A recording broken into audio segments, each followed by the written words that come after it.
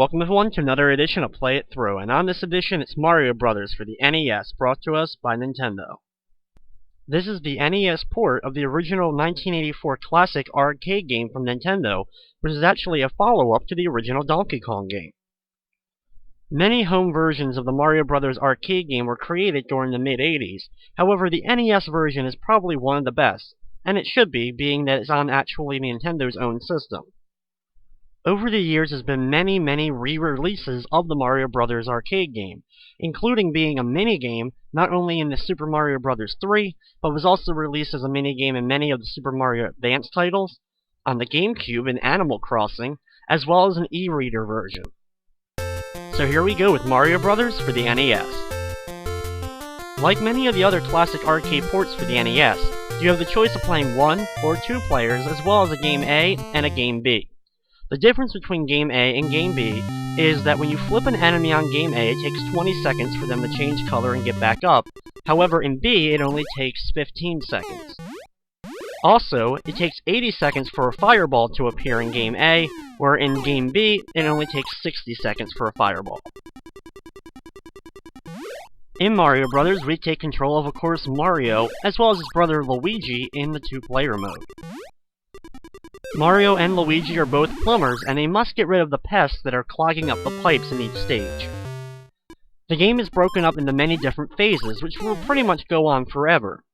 However, there's only a couple of different phases overall, and about 13 different varieties, so that's all that we'll be playing in this run. To take out enemies in the game, instead of being able to jump on them like we got used to in Super Mario Bros., you actually have to jump below them, hitting the platform that they're standing on, causing them to flip over.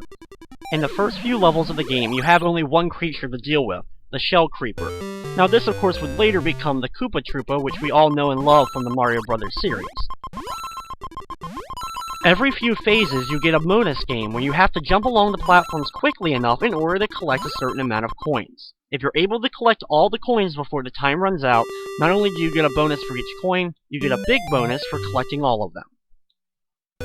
One of the other big fun things about the game is the Pow Block. Located in the middle of the bottom row, it allows you to hit this big shock that ends up flipping over and hitting all enemies that are currently standing on solid platforms. If an enemy is falling from an above platform to a lower one, it won't hit them, as well as if an enemy is in the air, which one of the enemies can actually jump and fly a little bit. Starting off in phase number 4, we get the Sidestepper enemy, or the crab if you want to call it that, and it takes 2 jumps from below in order to cause it to flip. The first time just makes it angry, while the second time will actually flip it over. As you can see though, when you eliminate all but one enemy, that enemy will change color and get kind of mad and start moving a lot faster, so it can become a lot trickier in order to take out that particular enemy. One of the other fun things to collect, of course, is the coins, which also became a staple of the Mario franchise. Every time you defeat one enemy, a coin will end up coming out of either the left or right pipe, allowing you to grab it. You can also hit the platform below it that it's on, and that'll also collect it for you.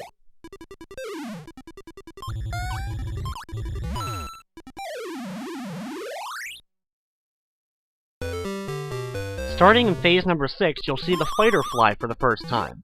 This little fly-like enemy bounces around on the ground, floating for a few seconds in the air. When you're going to hit the platform below it, you have to be careful that it's actually on the ground, or else your hit will end up missing.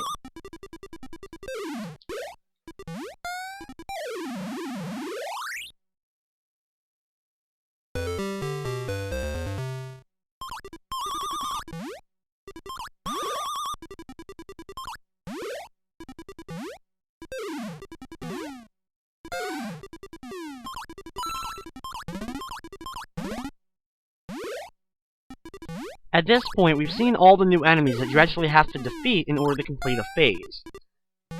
From here on out, all the stages will have a variety of the different types. Either the Shell Creepers, Sidesteppers, and Fighter Flies.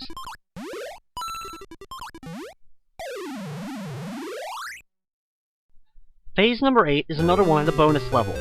However, all the platforms except for the bottom have ice on them, so you slide a lot, and it can be a lot trickier in order to complete your jumps correctly, and when you want to in order to get over the gaps, and get your way up so you can collect all the coins. For doing so, though, you net yourself a bunch of points as well as a 5,000 bonus for getting them all.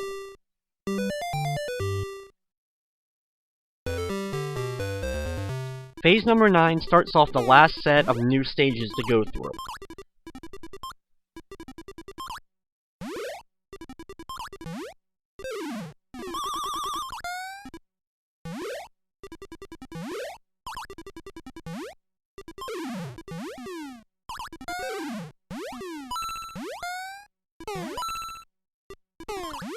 Starting in this level, though, we have the Slip Ice enemy appear for the first time. This is an extra enemy that you actually don't have to defeat in order to complete the stage. He's a little block of ice that slides pretty quickly, so you'll have to be pretty fast in order to actually hit him, and when he hits certain platforms, he'll actually break apart, causing the platform to be covered in ice.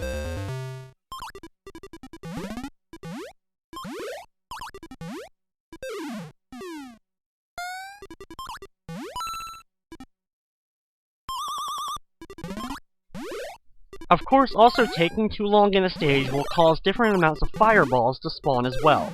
You have red fireballs that move rather slowly and is an easier pattern to dodge, and then the green ones which definitely move faster, and appear after 80 seconds, or 60 seconds if you're playing the B mode. Especially when you can start getting to later phases, the fireballs will become more of a threat because it'll take you longer to defeat all the enemies.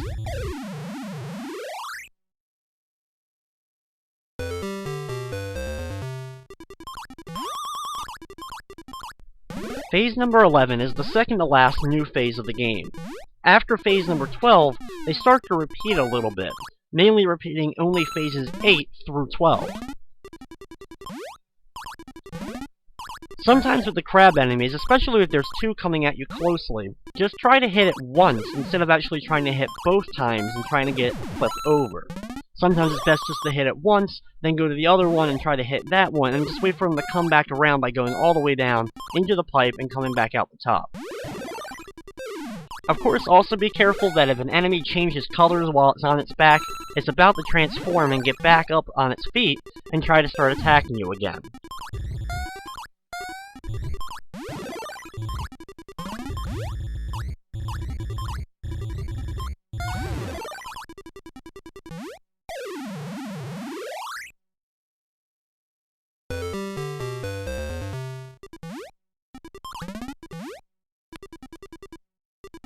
Since Phase 12 is the last new one that we're going to be completing during this run, I'm going to wait at the bottom and actually try to get as many of the enemies on screen so I can hit the Pow Block. The timing can be really hard sometimes, but if you do it right, you may be able to flip a lot of enemies at one time. Thankfully, I was able to flip 3 of them here.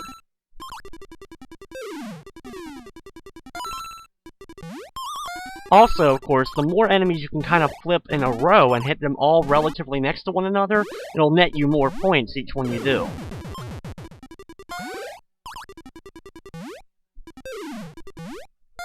After taking out the last enemy, we'll now complete Phase 13, another one of the bonus levels, before we complete the game.